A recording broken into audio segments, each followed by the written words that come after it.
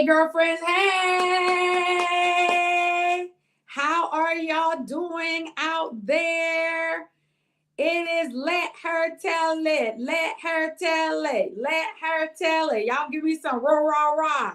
I am so excited tonight, girlfriends. It is Let Her Tell It. We're so excited to have y'all join, like, comment, invite others. We want to answer your questions tonight as well.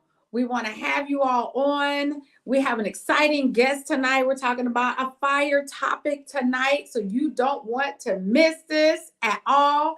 Hey, Miss Tata. Is that Miss Tata? Yes, I think so. Let me put on my glasses. Miss Tata, good to see you tonight. Yes, girlfriend, you don't want to miss this. Our guest tonight is fire. She truly has overcome. Girlfriend overcomes. Yes, she does. We've all experienced some things in life, but we're still here. Amen. We are still here, and every woman has a story to tell. So tonight it's me, your host, your girlfriend, Shalonda Washington, and we're excited to have y'all. So give us some. Let me know if you can hear me well. Let me know if the sound is okay. Let me know if you guys can see me well. Give me some thumbs up, some hearts, something, so I can just make sure that everything is clear, because we want this to get out tonight. Y'all hear me? Y'all hear me? Yes. We praise God that this storm has passed over. The storm has passed us over. And we're praying for those that may be in the way of it, that God puts his mighty hand and block that for the families out on the outskirts. But without further ado, y'all girlfriends, please help me welcome. Put your hands together for Sandy coming on this live with us tonight. Hey, Sandy. Hey. Good evening. Good How evening. are you? I am well. I'm so good. Thank you for that warm welcome. Thank you, girlfriends, and everyone who's listening. Thank you Yes. all just for spending your time and energy with us tonight. Yes, I am so excited. Hey, Denise, Pastor McCray, good to see you on as well. Miss, gonna trust him anyhow. Miss Trust him anyhow, my God. But yes, tonight. So Sandy, Hmm. tell us a little bit about yourself, like where you from, whatever it is. You want to tell us about your children. Tell us a little bit about who is Miss Sandy. Okay, so I am Sandy Tellis. I am Haitian American. I love starting with that because there's a little story behind that that I would love to get into. But being Haitian American has its own adversities. But I am a mom. I am a sister. I'm a daughter. I'm all those wonderful things. I am a new business owner. As far as my walk in Christ, I am new to this walk of Christ Oh, again. So yes. So I have a lot of different things that could describe me, but I think the most important thing that describes me lately is that I'm a survivor. I am a yeah. survivor. So I'm just loving being given the blessing of starting a brand new life again. So yeah, that's exciting. Amen. Amen. So tell us, because I just want to know a little bit about this topic tonight. And as Okay. I was meditating on it, and I began to think about the word toxic, right? Because our Sure. topic tonight is overcoming toxic love. Hmm. Toxic love. And a lot of times we want to just only think about, a relationship, but it can Right. be across the board, right? Just across Right. the board. And I'm sure we can tap on certain areas. But I just Yes. wanted to give a little short definition of this toxic. It's like poisonous, very harmful or unpleasant. Hmm. So that's something like we're connecting to that. So when I thought about toxic, I'm just thinking about poison, poison, poison, poison. Why did you choose this topic tonight? So I chose this topic because, and let me say, I can kind of plug in my little disclaimer at the same time. So I'm not a psychiatrist, right? I'm not a psychologist. I'm not a counselor, not trained. I'm not clinical behavioralist or anything. But what I do have is a lot of life experience. Mm-hmm. So in that, I found that this topic was appropriate because it was partially to, kind of reveal myself again, start a brand new me. You had to have some Mhm. conversations about that. But this is also my kind of coming out. Um, Mm. because for a lot of folks and a lot of people who might even be on here, they haven't seen me for years. They have not, maybe heard some things. So I just kind of wanted to have like a reveal because God was working Come on. on me. He was working on me in silence, right? So Mm. now I think it's time to use those gifts. I feel like when you have a gift, God blesses you in those areas.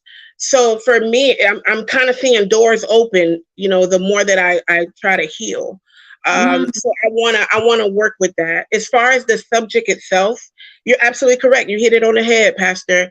When it comes to love, there's different kinds of love, right? Obviously, the topic tonight might be more so relationship, but there's different kinds of love, maybe like 8 kinds of loves. So kind of doing my research about the things that I went through, because I wanted to have a better understanding. There's like 8 kind of love. There's eros, there's all the romantic. There's all these different kind of loves. So we talk about love of a human being to human being, right? Mm. There's love between relationship, intimate. There's love between family and friends. So there's different levels to it. When you put the word toxic in front of that, like you mentioned, it's poisonous. It's Come poison.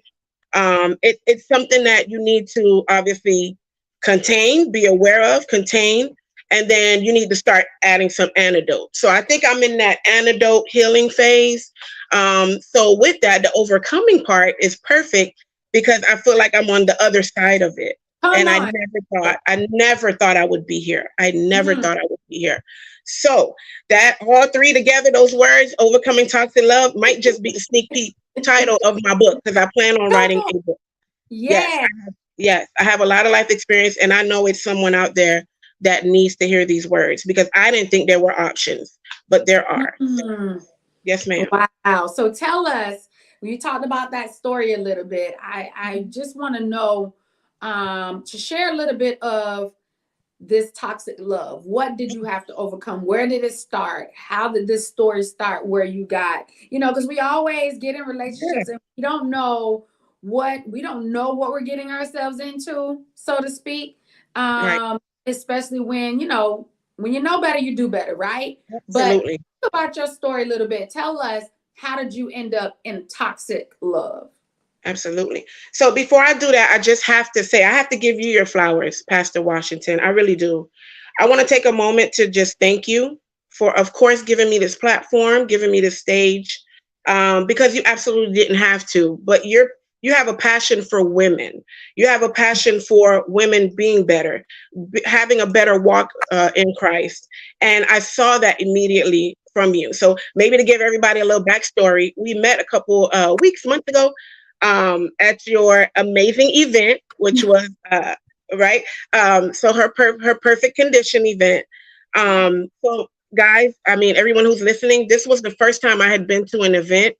Everybody's been to baby showers, everybody's been to weddings, everybody been to those things that we love to celebrate. But I had never been to an event where it was a woman empowering event. So it was a all day, I think from 8 till I think I walked out of that 6 or 7. Oh, right, something like that. But everybody And it stayed was, around. They all stayed around. They oh didn't my want to God, leave.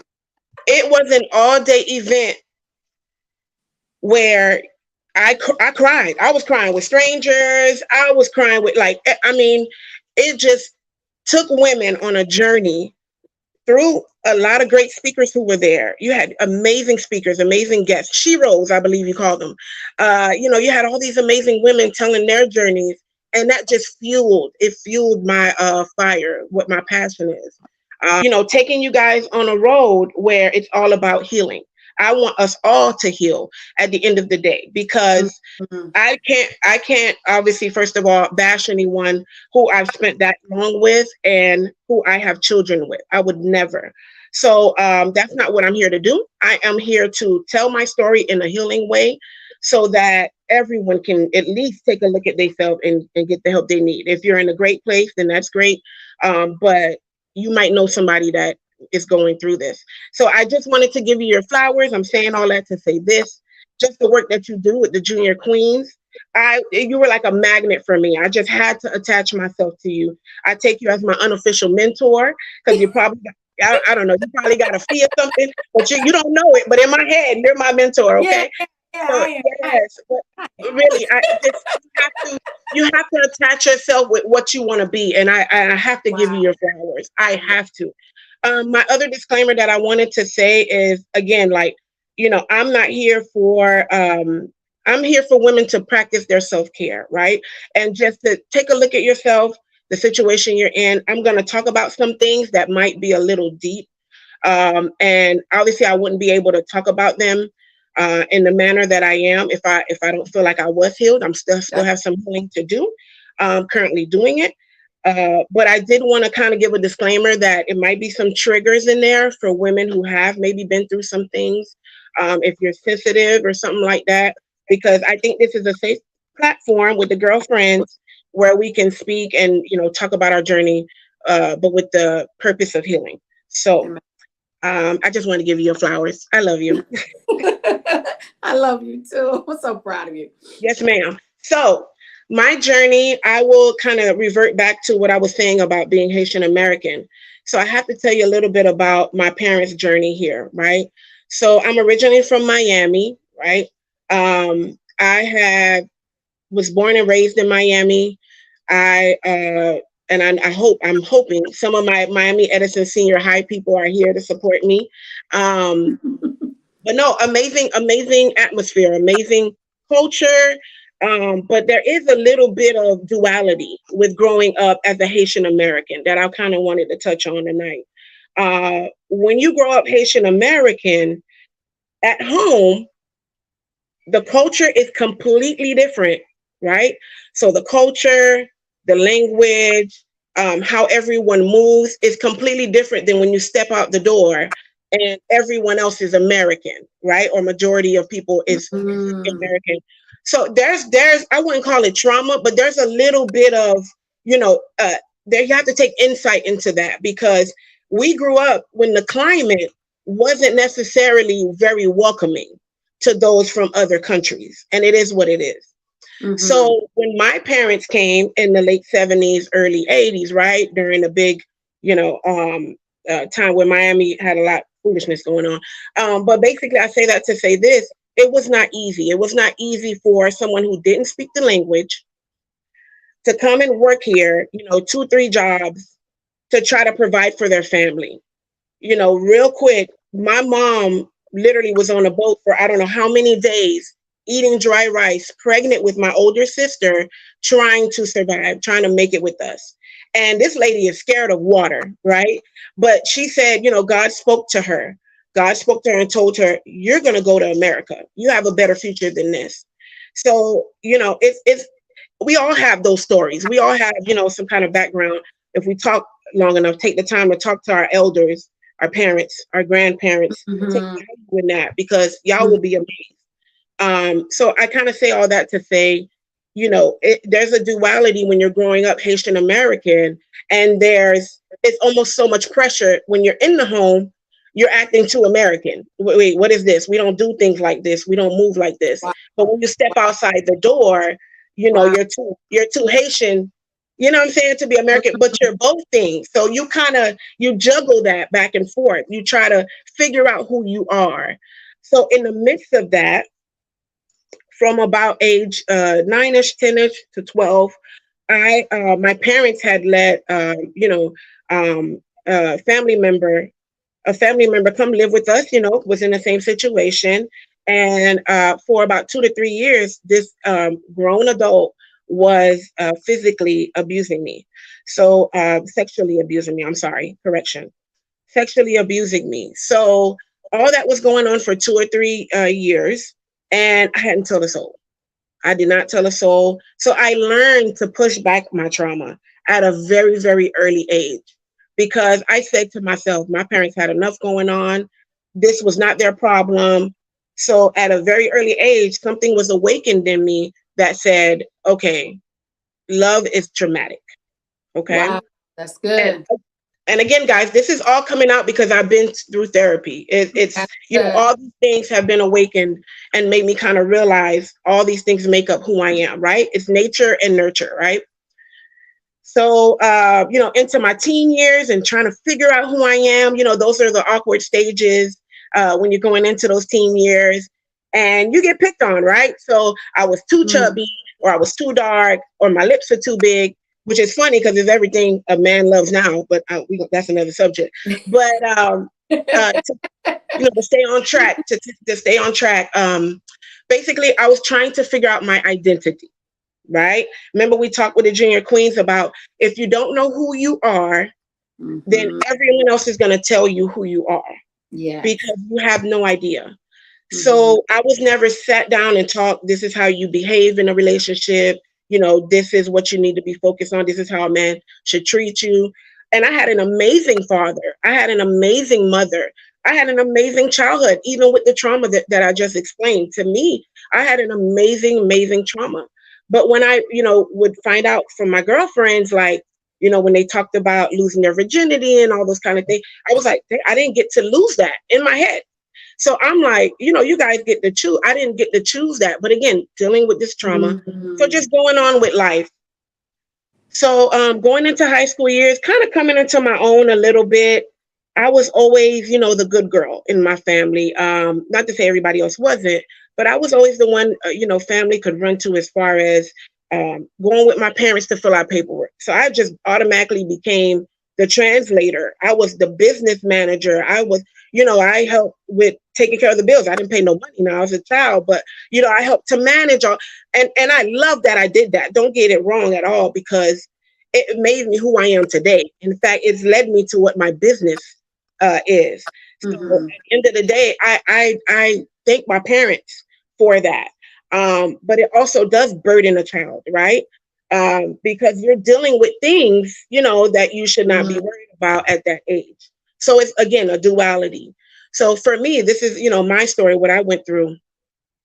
So I found it interesting when trying to figure out myself, and I was in school, I was in high school, and I just kind of started to be defiant, right? And that's a nice way of saying I was skipping school. I didn't want to hear what my parents were saying because I was trying to find, who I was, what's comfortable, what I wanted to get into or whatever. So I was skipping school. I would skip school a lot. I was. And not that I wasn't smart. Anyone who knows me, I absolutely loved, learning and, knowing all the answers. And I took joy in that. I took pride in that. But I also was tired of being the good girl. I was tired of, feeling like I always had to have all the answers. So I started to rebel, absolutely, started to rebel towards that last year of high school. In comes this gorgeous, right, gentleman, right? And he actually is interested in me. I'm like, is he talking to me? He's interested in me. And back in the day when you liked the girl, you would hug him. So we, every time I see each other, these hugs and everything. But besides the aesthetics, what attracted me to this individual was their confidence. Absolutely. Because I didn't necessarily have that. Not that anybody could push me around, but I didn't have the assertiveness of knowing who I was, being firm in my identity, being okay and being enough, and I saw that right away with this person. They knew who they were. They had this going for them, and it looked like had life figured out. And so I was immediately, of course, attracted to that, especially the fact that they were attracted to me too.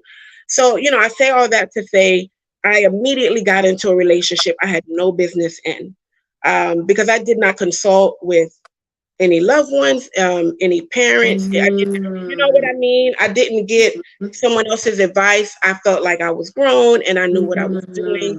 And this love would have been enough. That love was enough. It was all that I needed. And the picture was perfect, right? So that's kind of where I was. That's kind of where we met. As far as how, the abuse happened, I think like most cases, abuse doesn't happen right away with the physical, right? Because obviously that's a red flag. Like, someone puts their hands on you first quarter, you're like, it happens slowly, I have to say. So what I thought was control, or what I thought was, assertiveness, was Wow. this person's Wow. ability to just want control. All they wanted was control. Oh, And that's it came good. off as assertiveness, right? What I thought was this person's, awareness of like life, because the person was very like street smart. So what I thought was awareness Ooh, that's good. was actually insecurity. It was actually insecurity later on that would reveal itself. So what I thought was, this person, standing up for themselves, that kind of thing, actually was their misogynistic, Mm-hmm. toxic masculinity. But Mm-hmm. these are, I have the words now. I know all the terms now, right? But when I was younger, yes, when I was younger, it was certainly attractive because I had never seen no one, my age assert themselves, and so that was absolutely Mm-hmm. attractive. So What I say to that is many times people who are toxic mhm, are dealing with their own stresses and traumas, and this can be injected into the next person. So, yes, like you were just saying, you saw these things as wow, I haven't seen, but you really see they were insecurities. He, right, he had to, a lot of times people want to control you because they don't have control. They right, don't feel important. They don't feel like, anybody loves them or care for them. So I'm going to force you to do that. I'm going to make sure you do this, right? And make you sure. stuck. So, oh my God, keep going, keep going, keep going. Okay. So I will say to your point, to kind of piggyback off your point, because they have their own healing to do.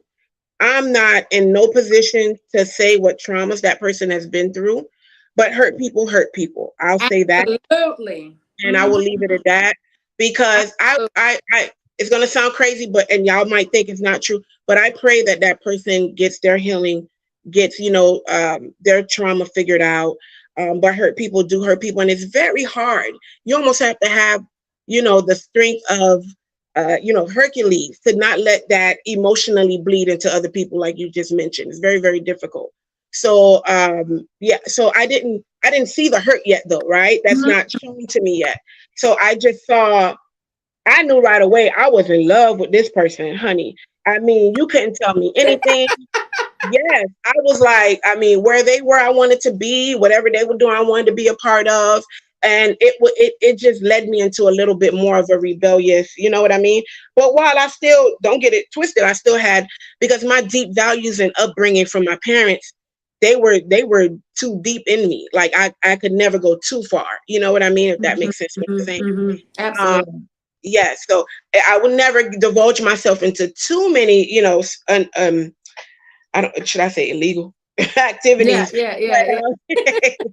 or activities that would take my life in a whole other direction. But I Mhm. knew when it came to this love and this loyalty, I was there. I was for it. So before we even had children, I told myself, this is the person that I'm going to spend the rest of my life with. It was in my mind. It was made.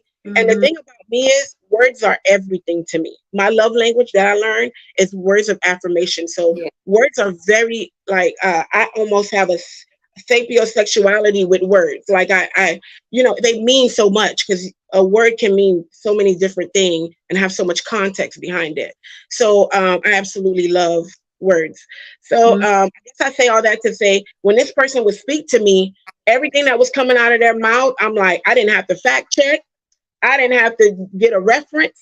I didn't. It just was what it was.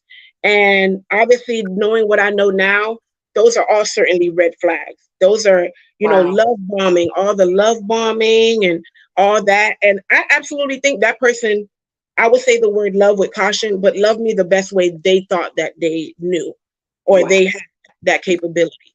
So I want to Wow. fast forward again. I just slowly started to see their insecurity come out in ways.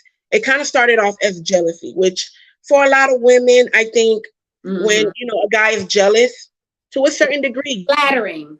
yes, it's like a flattering thing. Like, oh, they care. They're calling every 5 minutes. Oh, that's because they care. Or back in the day, we had little two ways. This two-way was going on, but whatever.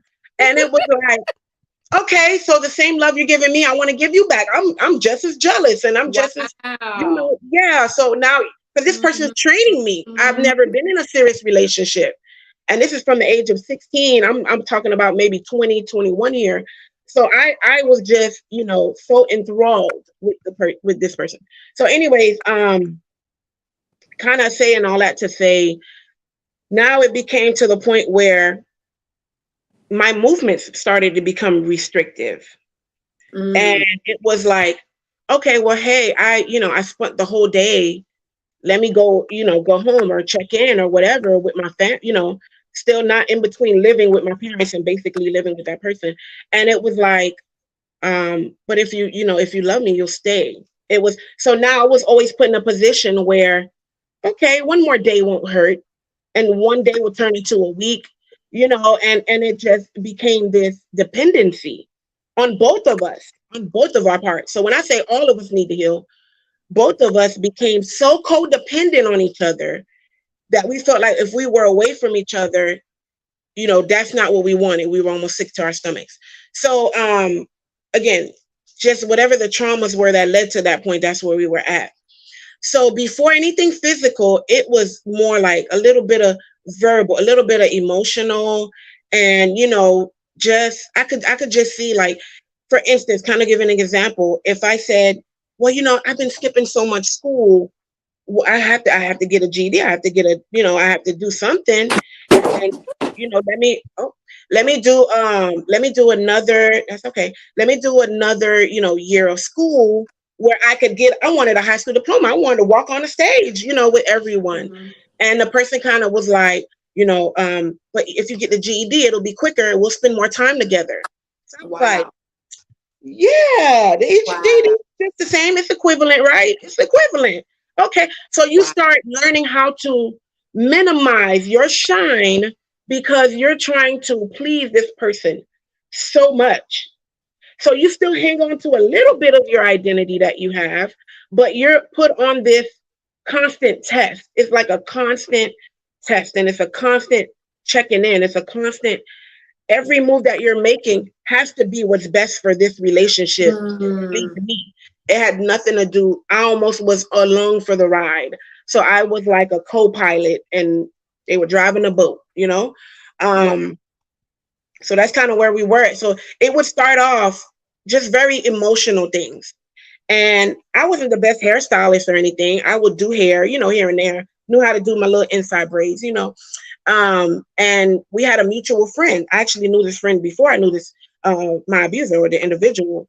And he had asked one day, could I braid his hair? And I said, sure, no problem, because it's not anything sexual or anything like that. This was a friend I'd had for a long, long time. The person asked, could I braid their, their hair? I said, okay, sure. Yeah. After whatever you come back, I'll braid your hair. And then my abuser looks over from across the room, gave me like a boy looks to kill, one of those. And I said, oh, shoot. Lord, what did I get myself into? Because I've already agreed out loud. You know what I mean? And that's before physical. So this tells you how already the climate is already there.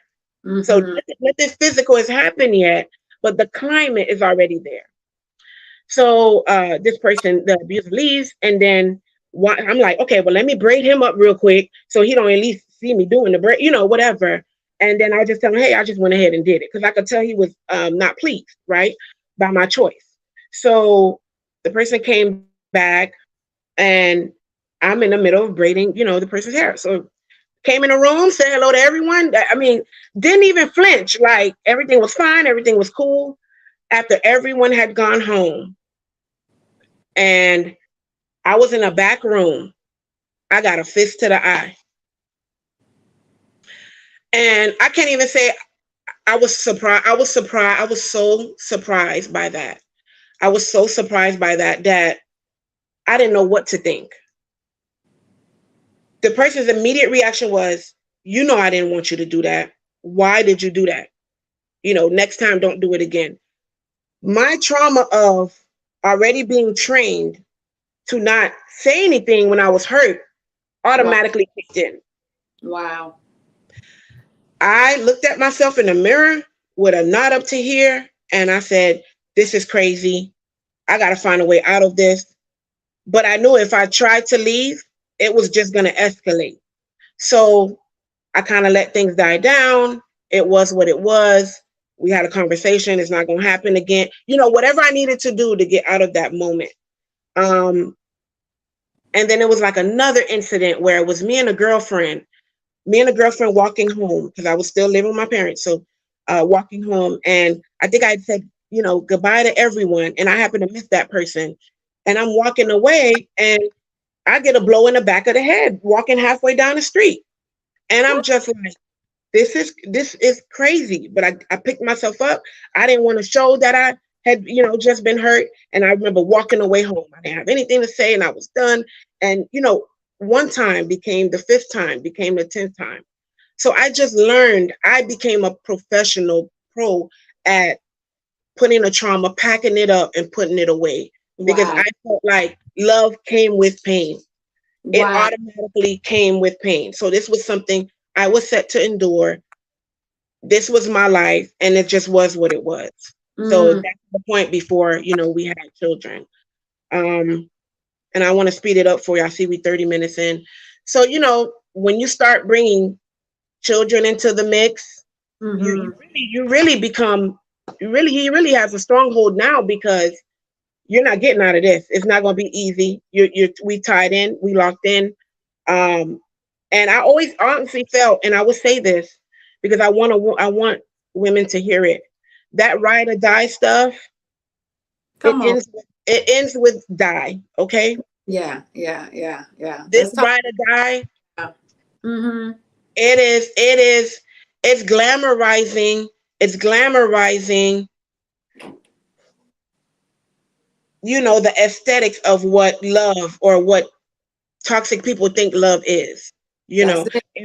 Yes, if you look at Romeo and Juliet, you look at all their stories end tragically for a reason.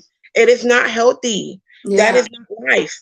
That is not love. Yeah. And I'm so glad you said that. That's huge because, the power of the tongue and what we say out of our mouths. Yes. It tells us what we believe in our heart.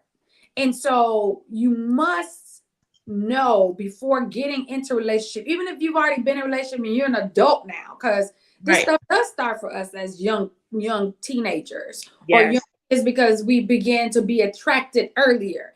Even parents who are having children now, you have to make sure. I mean, grown people can't even handle this stuff, breakups and disagreements. And how in the world can your people say, well, they need to learn while they're home? No, they don't. The body, the mind, the soul was already geared. God knew what he was doing. When the right time, they need to be mature here in order to handle this supposed to be love stuff. Absolutely. I told my boys, you get a girlfriend when you get in college, y'all. And most time by that time you old enough, you probably gonna get married, right? But it's the whole point is to date to marry. So if I know I'm dating someone to marry them, I'm gonna be real cautious because I know that's like but a lot of times we're just dating to date. Let's see where it goes. Let's see what happens. And I think that's the biggest downfall. And when we're saying stuff out of our mouths, ride or die, I want somebody who will ride with me, ride for me. No, that's not what it's about. I need somebody I can build with, somebody we can accomplish purpose with, someone we can accomplish goals, and somewhere our children can look up to us and be some people they can look up to. Like that's really what it is. And I'm talking from, experience, been there, done that, now know a little bit more, right? Right. So those of you who are on this live, it's not over. Even if you have, Sandy is a prime example of that. I'm a prime example of that. So, but with that, how did it begin to affect your attitude? Because again, I believe that the Bible tells us we become the company that we keep. So was there times that you became bitter? Was there times that you just was like, man, I just can't, or you look at him like, what? Why is he always so angry? Or why is it always whatever? How did that affect your attitude? I think it affected my attitude overall. When I look at it, I think in the very beginning, I put on that mask very early of, how you hear people say, hey, you have a man, you got a piece of a man, better than no kind of thing. Ooh, yes, my girl, Danny Joseph, Christella. She said that all the time. She got to a Yep. place, tired of hearing people talking about having a piece of man. Who was that? Betty Wright? That's Betty Wright. That song we used I to like. think so. I believe so. It's better to have a piece of man than have no man at all. No, I like the other one. You want to be the man, then you must wear the pants. You want to be, Yes. you know what I'm saying? Yes. But Yes. oh my God, yes, that's another good one. So how Because did it affect you? see, I know now what I've learned about myself, and again through therapy. I can't wait to get to that therapy part. But what I've learned now is Someone yeah, says Betty Wright with the lies. yeah, And Charlene Garrick said, yep. And I always take that part out. right. Betty Wright. She's a Miami native. Yes. That's And right. then Viola Tullis Uh-huh. says, yes, in the Haitian culture, we date to marry. So Yeah. again, kind of going outside of the Haitian culture because you were tied between the two and you just want to live Right. life. And how can you do both? And I understand. Yeah. Yes. So Yes. I like to say honestly, I like to give myself a pat on the back when it comes to as far as it changing my character. I refused. I knew what I was in was obviously toxic and all those things, but I refused to let it allow me to treat people different. Good. Because the situation that I had going on with this individual, pillow talk is strong. It's real strong, right? But outside of the relationship, I had amazing relationships with other people, with family, with friends, and just being there. But I think, and people can attest, I started to become a shell of myself, right? So I didn't treat outside people different, but I started to become a shell of myself because I had to wear this mask. I had to pretend that everything was okay. Maybe a handful of friends kind of knew, what was going on, and family obviously knew. And I think I really thank God for my family. I have to say that because no woman goes through this alone. So family, especially in the Haitian culture, you're not going to a shelter. You coming with me, and we gonna get this together. We gonna get this right. And I think it means well. But family has always been there for me, if I could say anything. Family and a very few select friends that knew what was going on. I had amazing friends. I had friends that would, text me and check in with me. Hey, I know you can't text back right now, girl, but I just want you to know I love you, and I'm just checking on you and the kids. Those are the friends that are lifelong friends. So I appreciate them. I don't have to mention their names. They know exactly who they are. But I just need you guys to know, if I don't say anything else, that y'all held me down. Y'all kept me attached to the life that I know I could have outside of this relationship. So to answer your question, I didn't let it change me, but it did change me because I started to pull away from people because you don't want people to see your mess, because you can't control this other person. You can't control their behavior. So I don't want to be seen in the street with you if, you're that easy to pop off. They can't control their male masculinity. So while people maybe knew we were together or we were married or whatever, we just became this dependent, machine where I just allowed it. My focus were the children. Once the children, I think, were born, that became my drive. That became my drive to try to keep the household, which is ridiculous, but as non-toxic as possible. But it's like every time the person was around, it was like this dark cloud. It was this dark cloud that would come in, trying to just pull you down, negative. So it's hard. There are women suffering. And another thing I wanted to speak about, the trauma that I talked about, from the 10 to 12, when that happened, I like I said, I didn't tell anybody but a close friend, one close friend. And then I did tell this, my abuser. So I gave them that information and they wanted to defend me. It was, let's go find this person and, and I was like, no, because I already forgave the person. I had moved on, with my life. But here I was in a situation, in a space where I needed to do that with the person I was currently with. So it would take some years, Pastor. It would take some years to really become my own. But I always told myself, and women can absolutely be suicidal when the love bombing is that strong, when it's that deep. But I told myself, I know life is a gift. I didn't make that mistake. I Yeah. know life was a gift from God. I was Mm-hmm. never suicidal, but there were some dark, dark moments where Mm-hmm. I didn't know my left from my right. I Wow. didn't remember my favorite color, what made me happy, all those things. Yeah. Absolutely. And Absolutely. when was it the turning point for you to know that I have to get out of this? And when did it start to affect your children? Okay.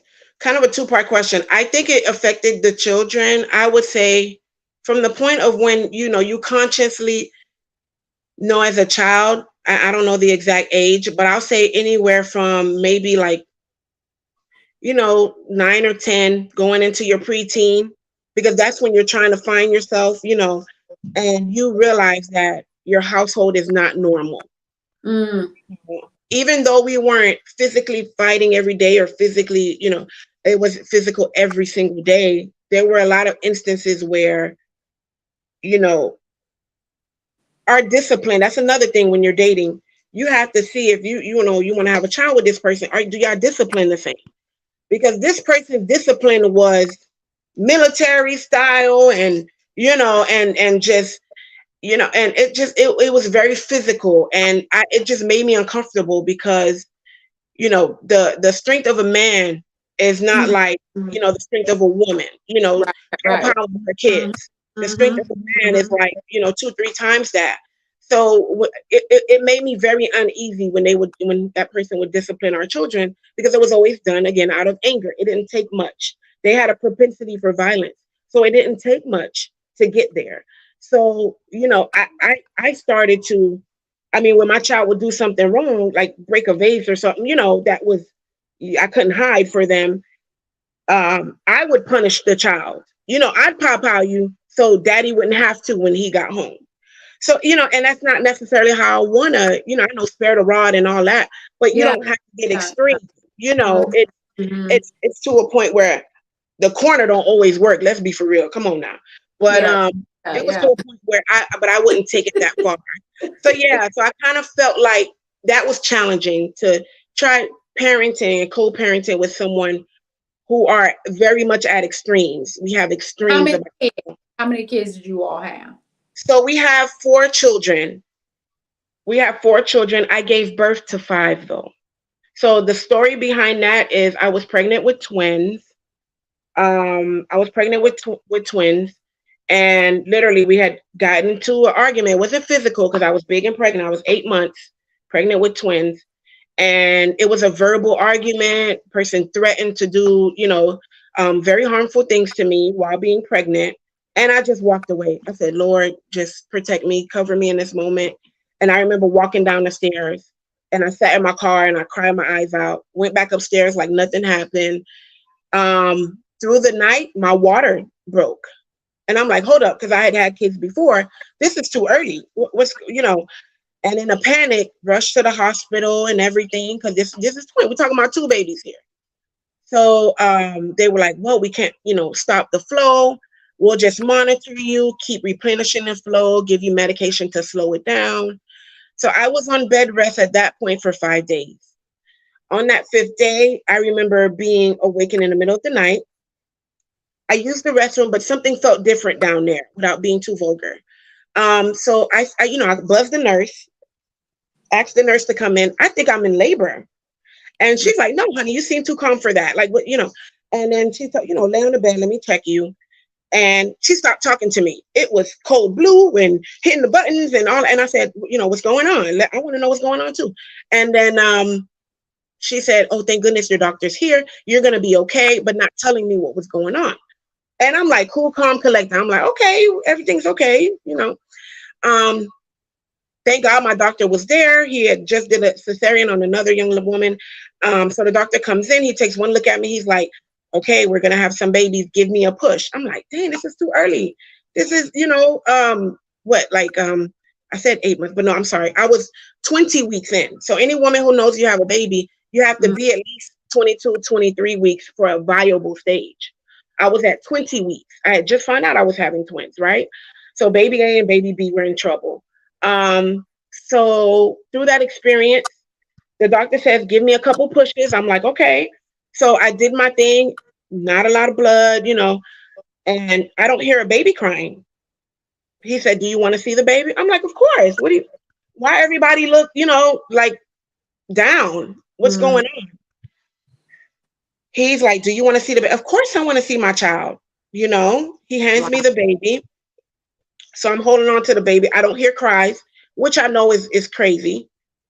And I take one look at the baby. You know how babies have that fetal position? They tighten themselves up when they're in the womb. And my baby was like this, right? Like flailed out. So I said, what's wrong? What's wrong with him? Because I was having a girl and a boy. So I, unwrapped him and saw that it was my boy. What's going on? What's wrong with my son? And they said, there's nothing we can do for him. There's Mm. nothing we can do.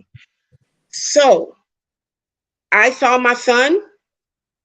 I just started to talk to him. I was rubbing his little head and I said, "I need you to come back. You have to come back. Come to me, come back." I was rubbing his head and I did not want him to see me cry. I saw his chest go up one time. It went up another time, and Pastor Shalonda, it didn't go up anymore. Mm. I lost it. You could hear me from the first floor, okay?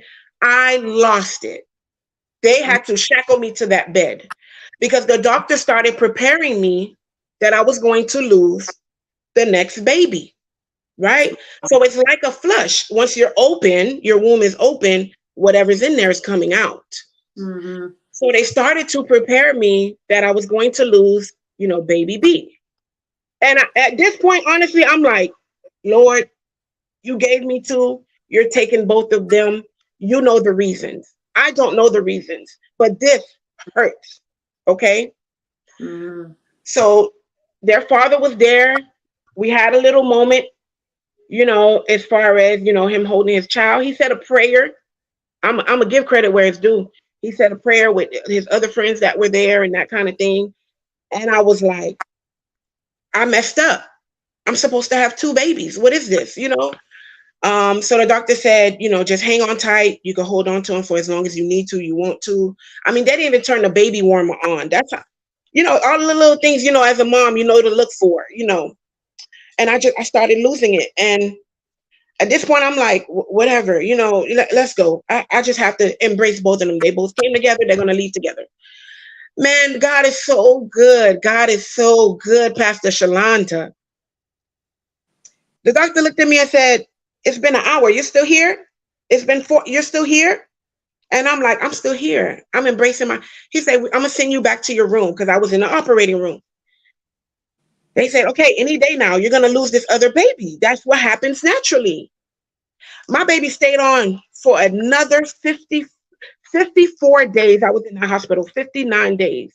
And I Wow. gave birth to my daughter, Chelsea, at Wow. 32 weeks. Wow. So Wow. He took, but he also gave me. He Jesus. also gave me. Jesus. Mm. Okay. So, people, if you have a Mm. woman in your life, you don't know her story. If you know you're not going to add value to her, leave her alone. Yeah. You Yeah. don't know what that woman has been through. Yeah. Okay. Exactly. Yes. If Yes.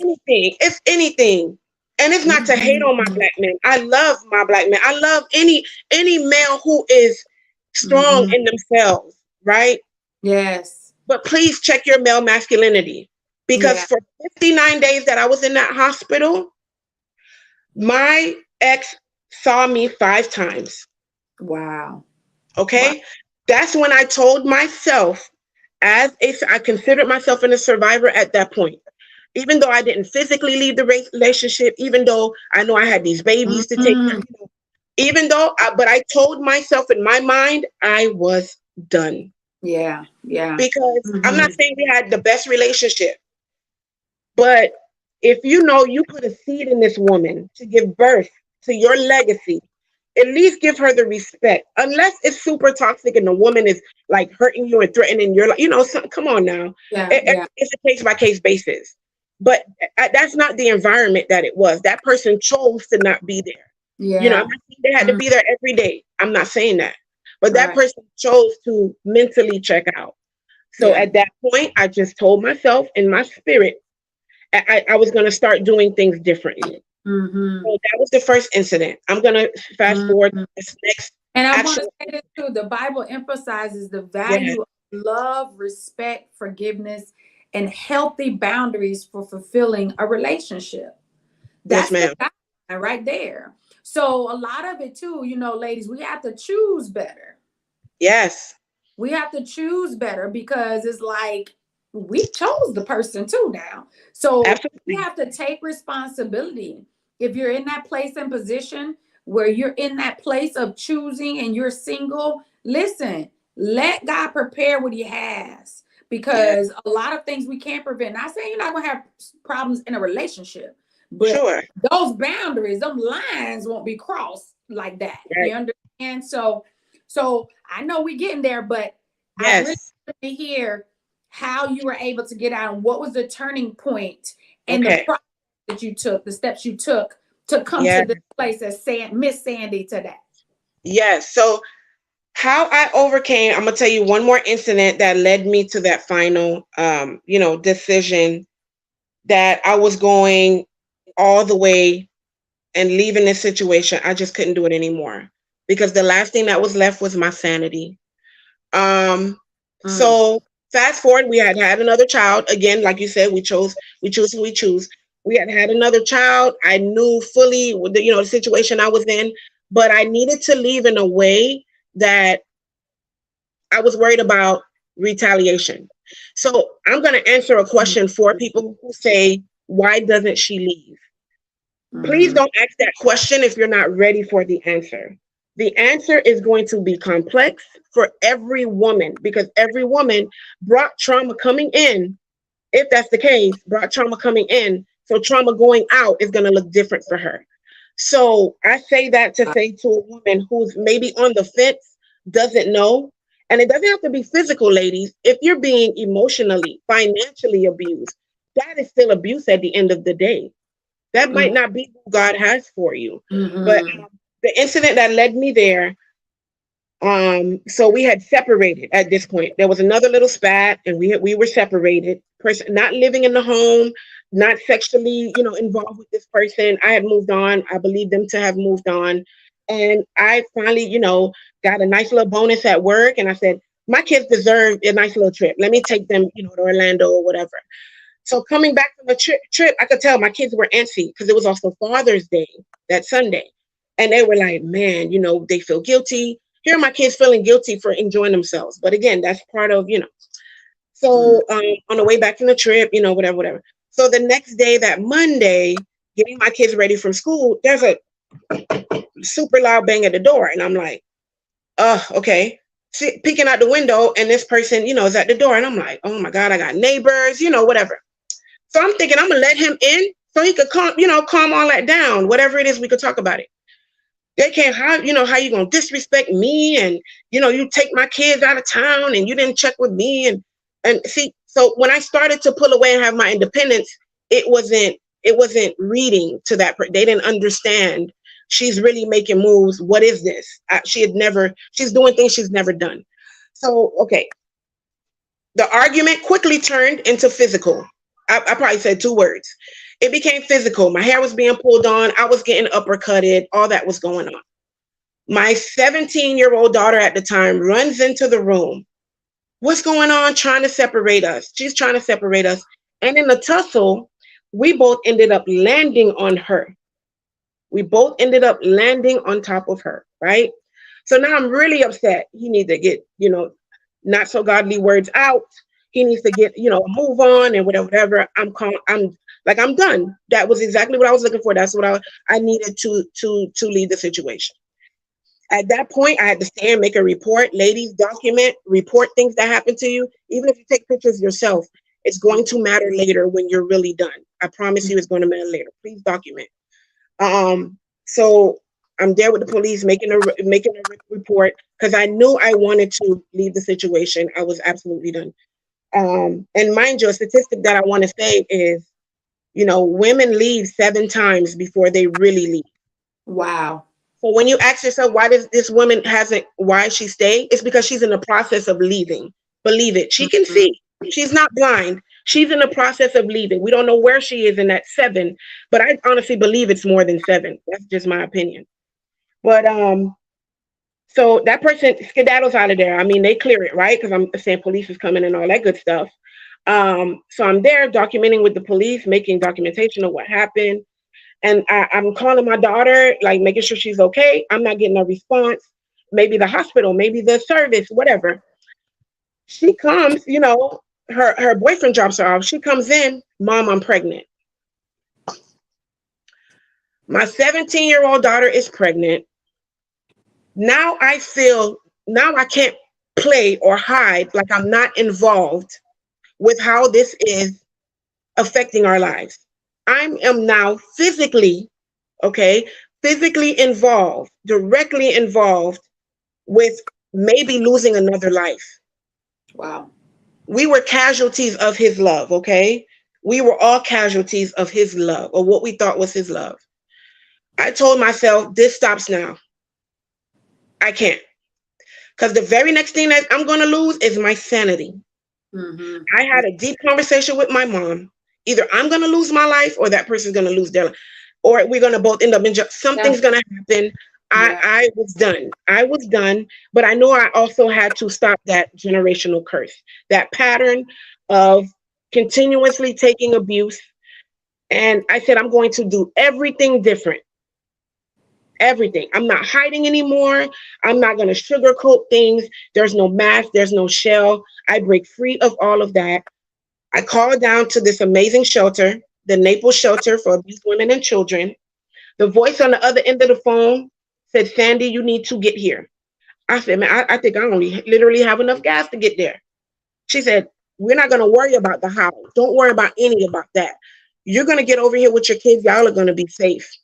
Man, with the Lord on my back, my kids in the car, we all grabbed the bag. We were gone. I left the house. I left my job. Ladies, don't worry about the how. Those are minuscule things to what your life will look like after. Please don't worry about the how. There is help. There is options out there. Okay. So I had to, the shelter, of course, embraced me. Everything was amazing. I got resources. And that's hard, I have to say, again, for Haitian or Caribbean or any woman to want to get resources. Sometimes with these government resources and, community resource, we don't trust them, right? Because we don't always think they have our best intentions. They have our best, they want to see positive for us. They want an outcome. That wasn't the case for me. This shelter was amazing. They looked at every aspect of my life.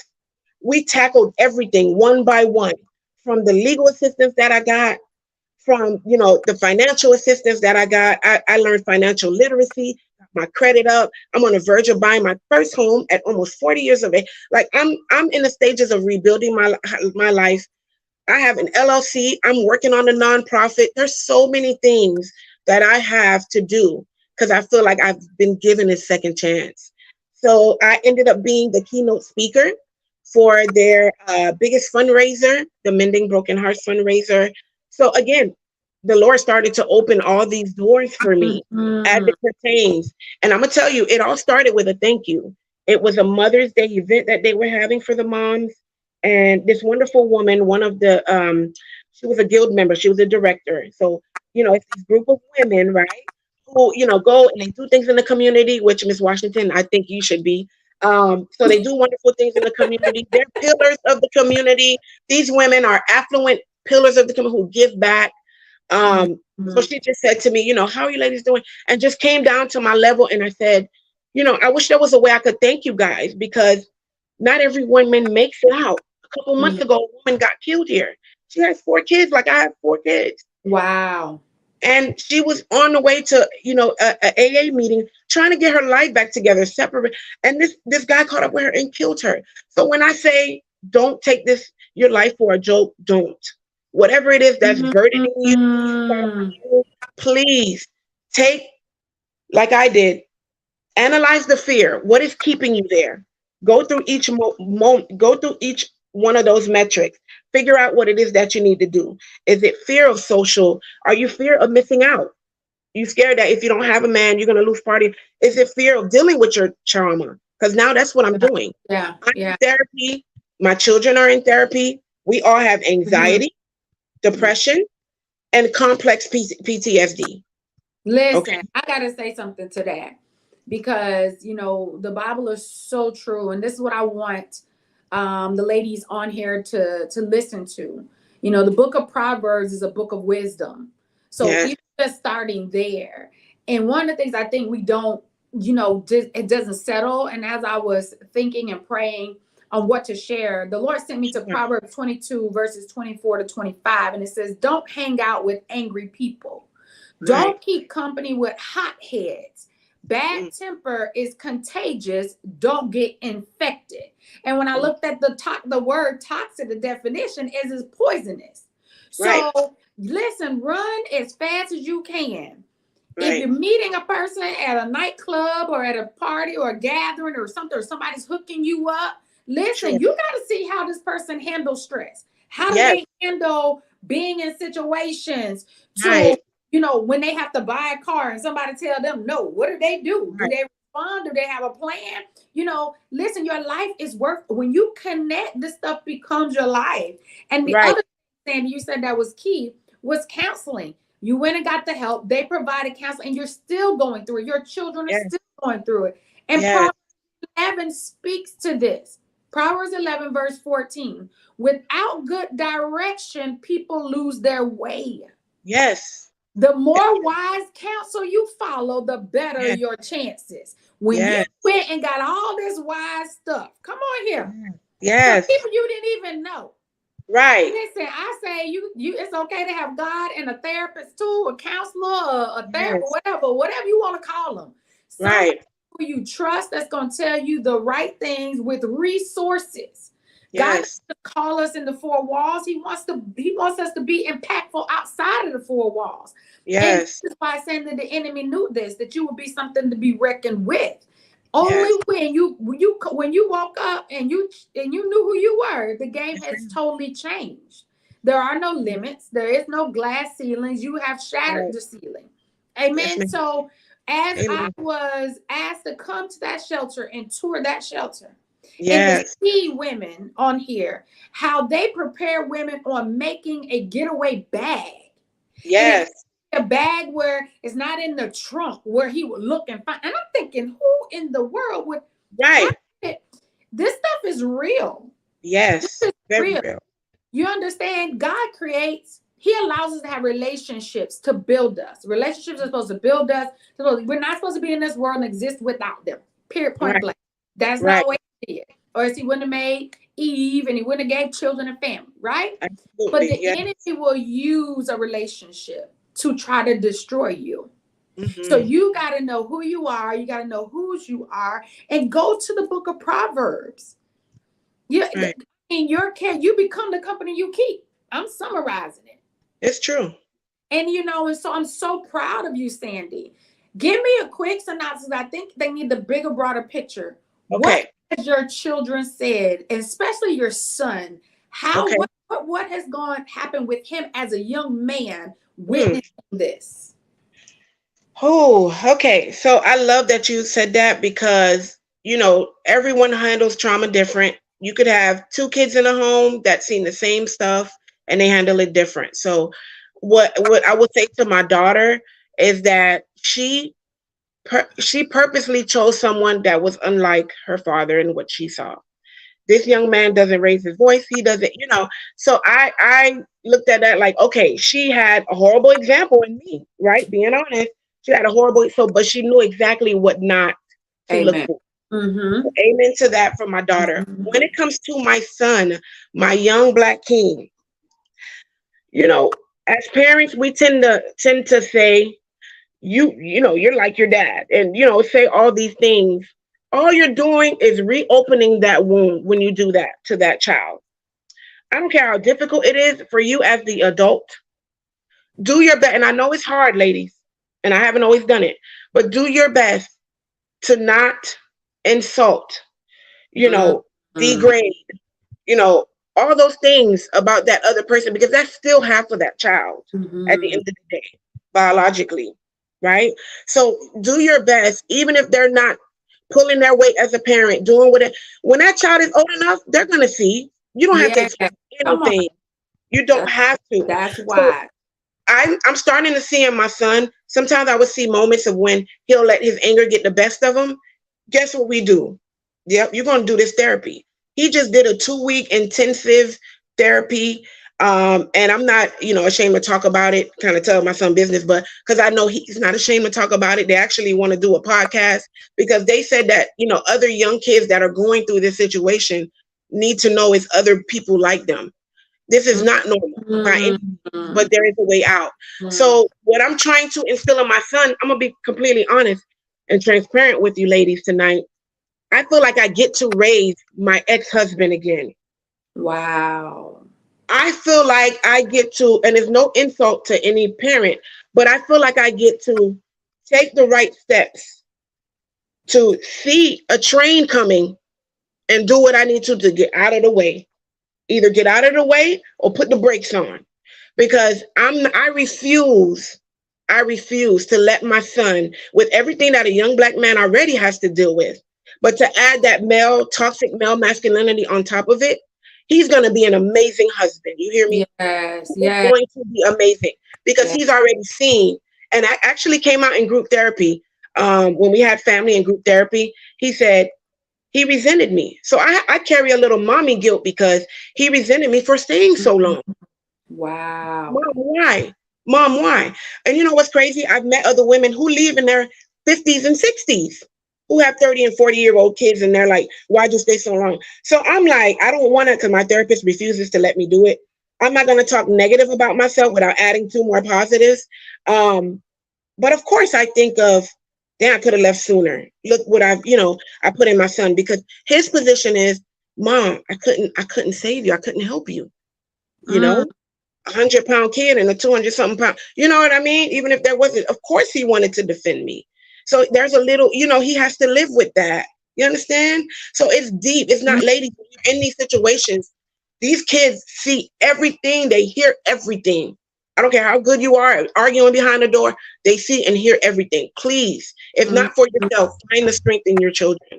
So Mm. a couple steps that I wanted to go over is, don't wait to hit rock bottom. Please don't. Please don't. If Mhm. you feel like it's starting to change who you are and the DNA of who you are, and it's bleeding into what the future self that you see, don't wait to hit rock bottom like I did. Please. 'Cause the only thing that was left was my sanity. Talise Analyze said your that fear. your kids, they can feel so helpless. Yes. Yes. Please, ladies, analyze your fear. Ladies and gentlemen, because 1 out of 4 males are experiencing abuse from an intimate partner.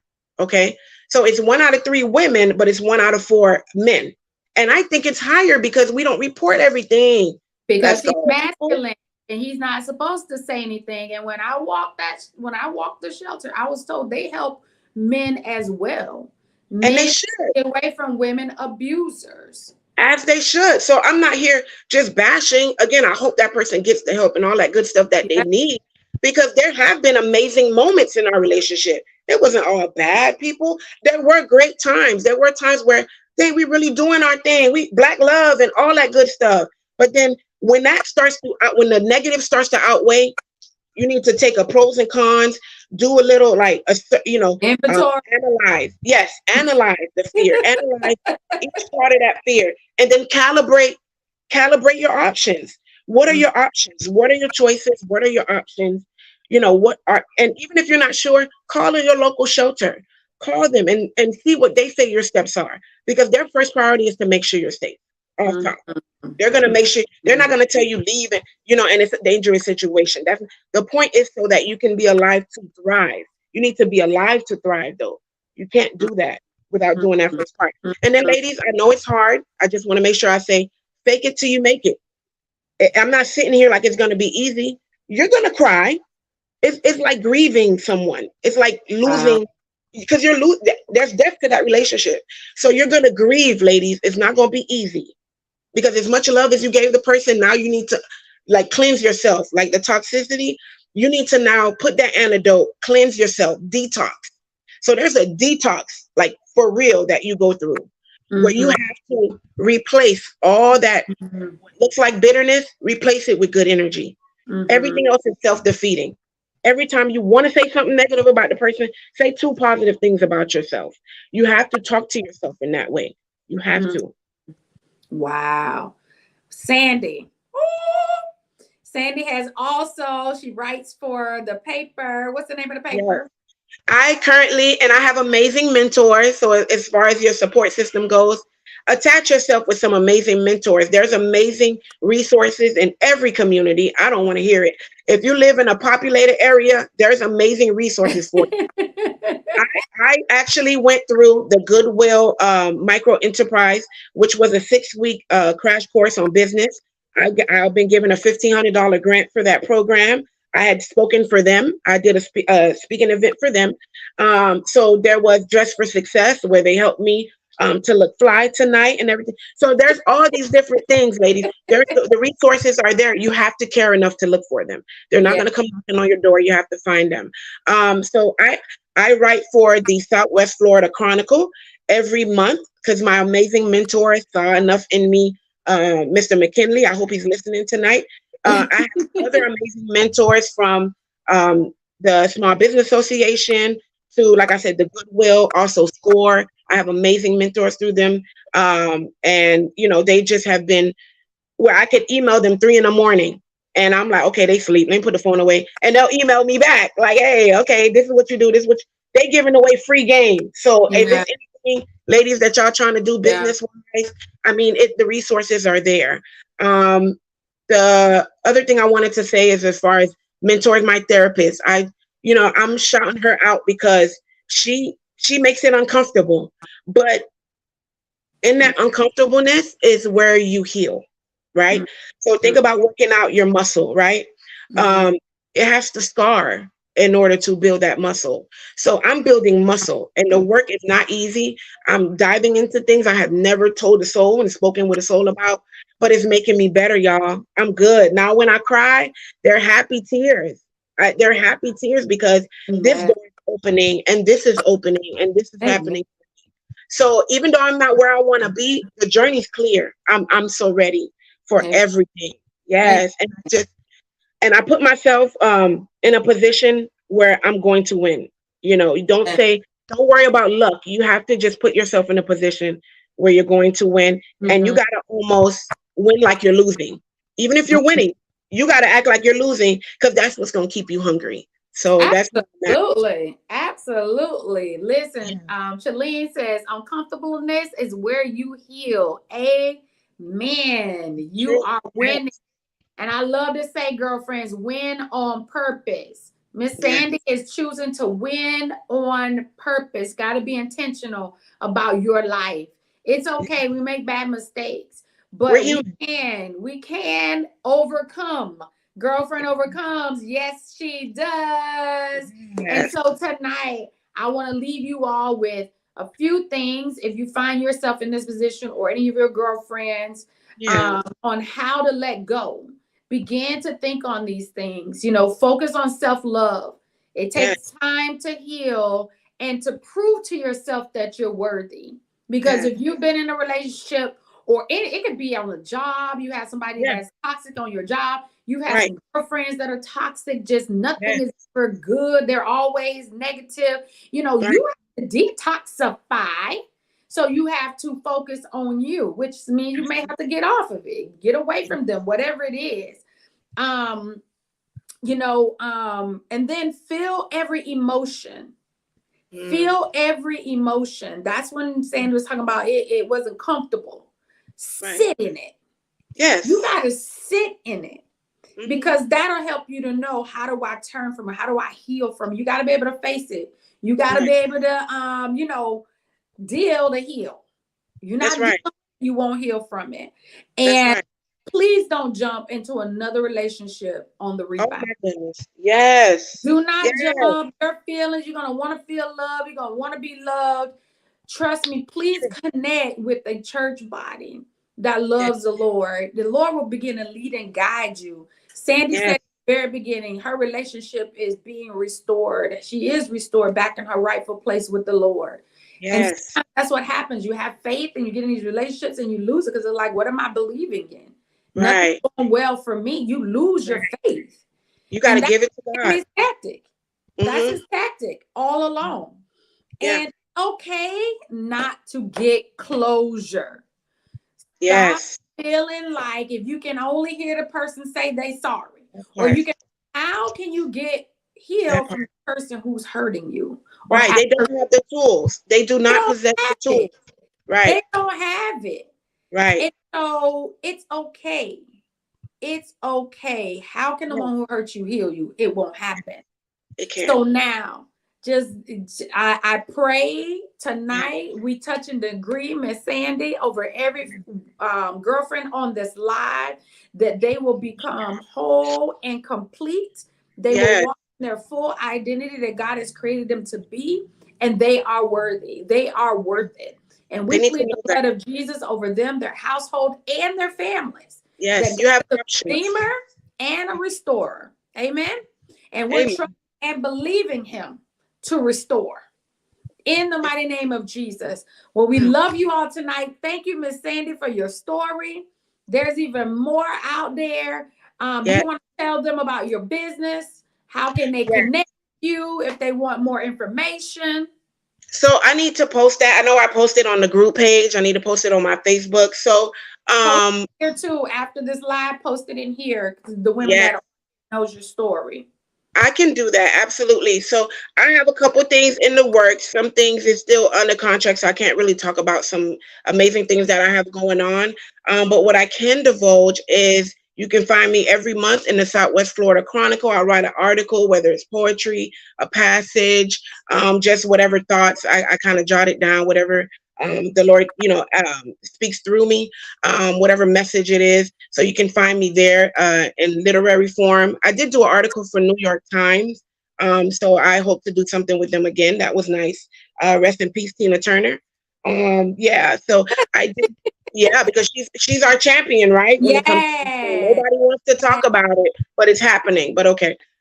So I have a few things going on as far as my business. I am the owner and operator of Goldmark Notary Services. So again, remember what I was talking about with my childhood, where I kind of grew up managing a whole household. So I use that to manage my business. Yeah. So again, that's kind of in the infancy stage, but I do a lot of work. I'm filling out forms for my Haitian American community who are trying to get sponsorship. I'm your girl.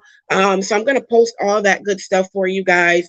But again, Goldmark Notary is the name of the business, and we do amazing things for the Haitian community.